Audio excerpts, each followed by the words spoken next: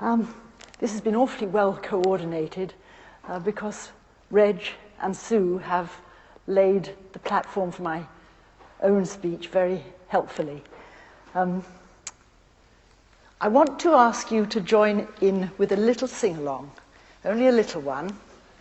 I'd like you to sing out, but sing sweetly, and join in with the gestures if you know them. 1, 2, 3, 4, 5. Once I caught a fish alive. 6, 7, 8, 9, 10.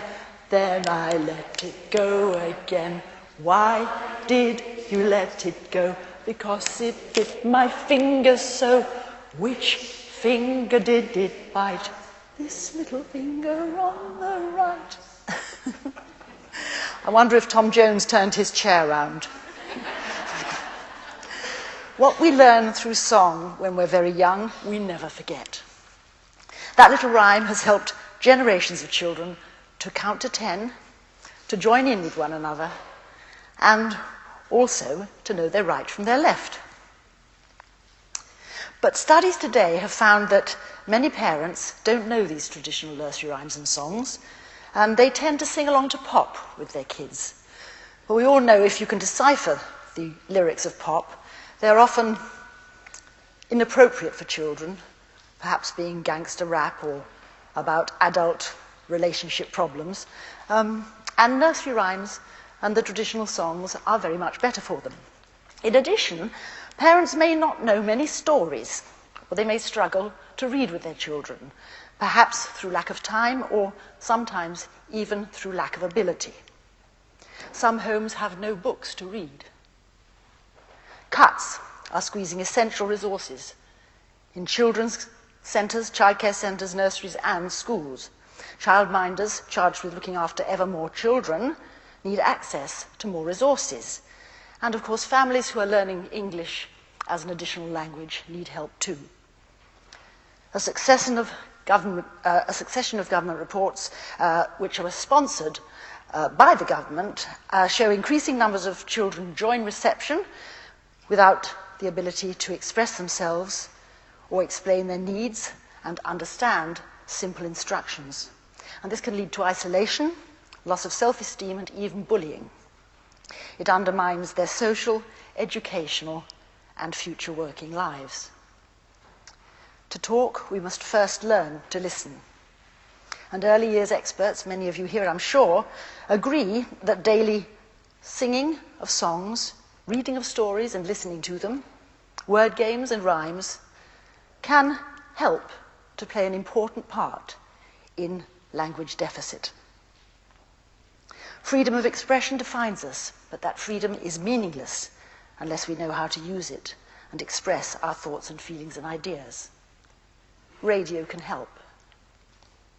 On March the 4th, the BBC Trust announced a review of children's services and invited the public's view of the changes to children's radio imposed 2 years ago by the BBC Strategy for Children's Audio. This conventional document authorised significant revisions to the Radio 7 service licence and imposed the following as permanent and ongoing. Richard, please. 1. Delete the core mandate to serve children up to the age of 14 years as a distinct and deserving radio audience. Cut 75% of children's radio time. Cut 50% from the children's radio budget. Now of £640.1 million budget for BBC domestic radio, less than £1 million, far less than £1 million, is allocated to what is now called family content. Cut all radio for under 6s and replace it with internet downloads. These average 11 minutes and are overwhelmingly TV-sourced material. Rebrand remaining content for 6 to 14-year-olds as family-friendly and reschedule it on Radio 4 Extra, the designated home of horror, sci-fi and stand-up comedy. Prioritise trade in children's radio archive to rival commercial companies.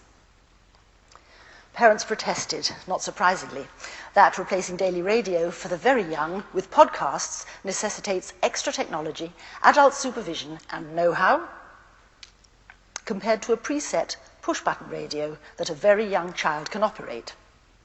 It would also disadvantage children in homes without internet, who could be the most needful. Concern was also expressed about the increased reliance on screen and keyboard activity, often blamed for causing language delay, obesity, and the attention disorders that Sue mentioned.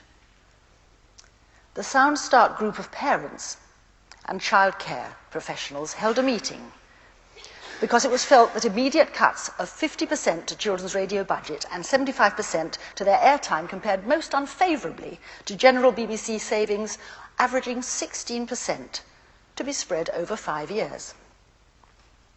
At this meeting, professionals protested in the House of Lords, following which, as chair of the group, the Baroness Warnock twice requested the Trust to reconsider, but the policy was ratified and adopted in full.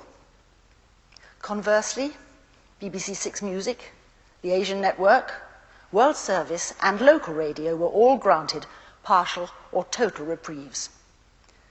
Children, it seems, are a soft target. Daily radio encourages listening, talking, imagination, concentration, comprehension, fun and play. It opens our world beyond family, friends and school life, not only giving us what we think we want, but what we never knew we could have. For more than 2 years, the remaining BBC radio content for 6 to 14-year-olds has aired on a family hour on Radio 4 Extra. This includes A Children's Story and jolly links to offcuts from BBC Radio 4, World Service, Radio Scotland, mainly made for adults, but I suppose considered family-friendly. These are juxtaposed, these hours, there's an hour each day, in daytime with horror, murder, suicide, sexually explicit content, including rape, and what is dubbed strong language. Radio has no watershed, and complaints that the young are open to inappropriate adult material on a daily basis have fallen on deaf ears. It defies all reason to schedule radio intended to appeal to children on a network of horror and crime, but the BBC argues that Radio 4 Extra is primarily for adults, and the number of children listening is so minimal as hardly to register. Parental supervision is advised, but it isn't easy to juggle between dramas like Stevenson's Kidnapped and the very gritty Masters India, or The Midwich Cuckoos and Pratchett's Only You Can Save the World. It's extremely difficult for parents if they're not listening all day themselves.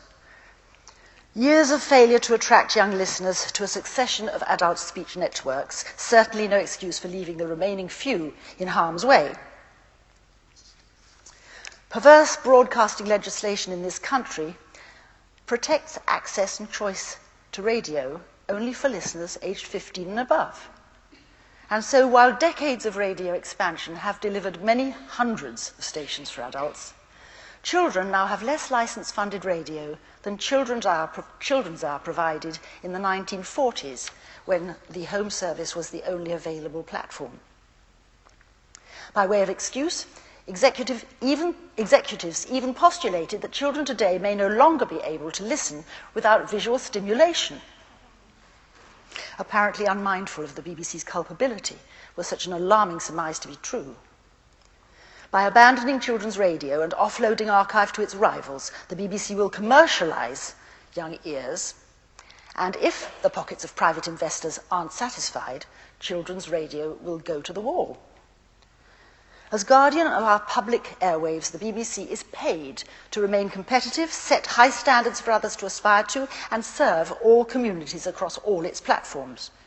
Discrimination against this needful audience not only breaches the BBC Charter, but also flouts children's UN rights, which mandate their access to culture, information, education, play, and for their voices to be heard and listened to. Almost certainly the job of radio. Current policy is entirely dictated by the BBC's strategy for children's audio, which the Trust ratified and authorised. But oddly, the questionnaires and guidelines for this trust review fail to link to this document, which is essential reading in order to make an informed response.